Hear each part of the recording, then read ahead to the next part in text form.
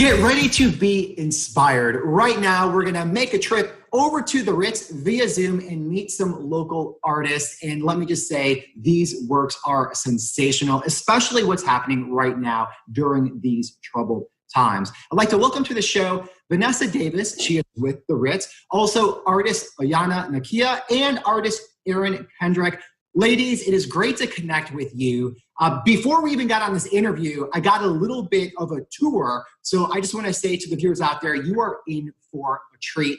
Vanessa Davis, I want to start with you working at the Ritz. Can you talk about what's happening right now as far as social distancing and the doors opening up? Well, thank you so much for this opportunity. We're excited to be here. The Ritz, as with all ASM buildings, have been closed for the past couple of months. We've been doing some really deep cleaning, really relooking over our policies and starting to implement some things that were recommended by the CDC.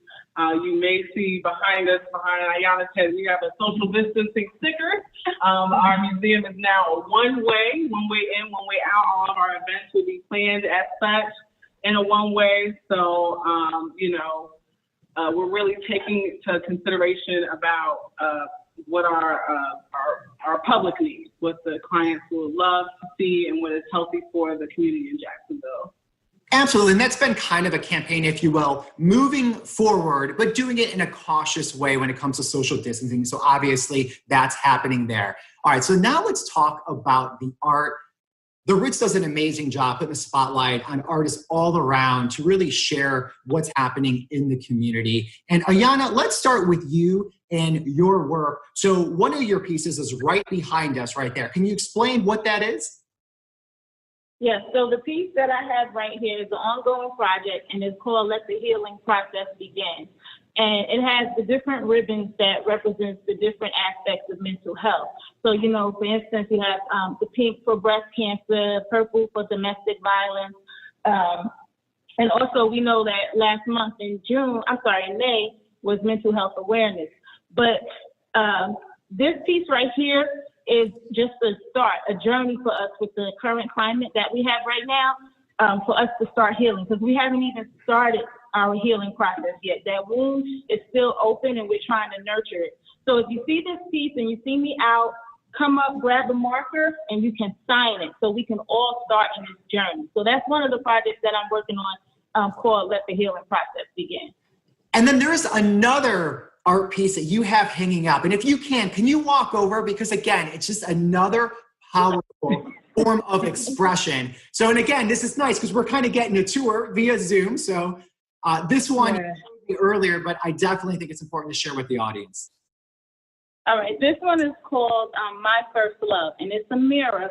And what it is for you to look in the mirror and look at yourself because you are your first love. This is a representation for our little Black and brown girls to know that they are loved and to love every aspect of their body, every aesthetic that they have.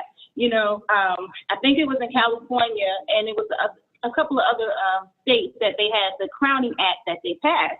And it was to allow Black women or women of color to wear their natural hair and their natural state. We shouldn't have such laws passed during this time right now to allow us to endure and embrace our beauty and our natural hair. So this is just a reminder. So when they look in the mirror, you love every aspect of yourself. You are your first love, and no one should be able to alter that or make you feel any way different. Again, super powerful. I'm so glad you're able to share that message. And if people want to follow you, they can on Facebook and Instagram. How do they do so?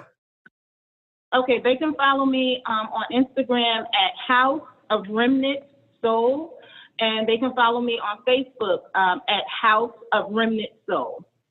And you also have a powerful hashtag that you use all the time, and you're kind of leveraging that up with a giveaway. Can you explain that?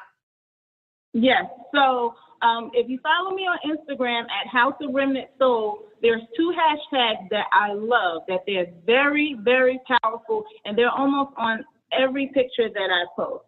So if the first 5 viewers that can either instant message me on Instagram or Facebook, I will customize a pair of earrings. I also work with different textiles, and I will customize a pair of earrings for you for free if you can tell me the 2 most popular hashtags that I use on my pages.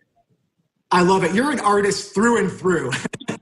All right, so now let's walk on over to Erin and see her work of art that's being featured right there. Again, this one's another powerful message. So Erin, earlier you kind of walked me through, and this is based on transgender, correct? It's a different form of expression that you have there. Again, very powerful, and there's a lot of history behind what your interpretation is.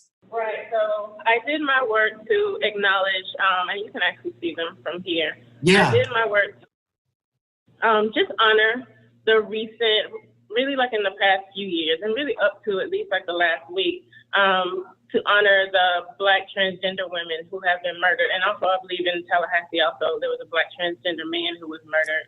And this piece is called Give Them Their Flowers, and it's honoring someone who was killed in Jacksonville. On the end, the green and blue image is an image of Selena Walker, who was murdered here in Jacksonville. And fortunately for her, around the time that this show opened, her case was closed. Her killer was caught. In the center is Marsha P. Johnson, who's credited with starting the Stonewall riots. And of course, she's known for having worn the flower crown. So at the top of the image, of the 3 images are what were live flowers. And the idea was that, you know, over the time of this show, those flowers would die and they would start to fall to the floor. And it's just really hitting on how we need to honor these people while they're here and give them their flowers. You know, otherwise they will just kind of die and fall to the floor.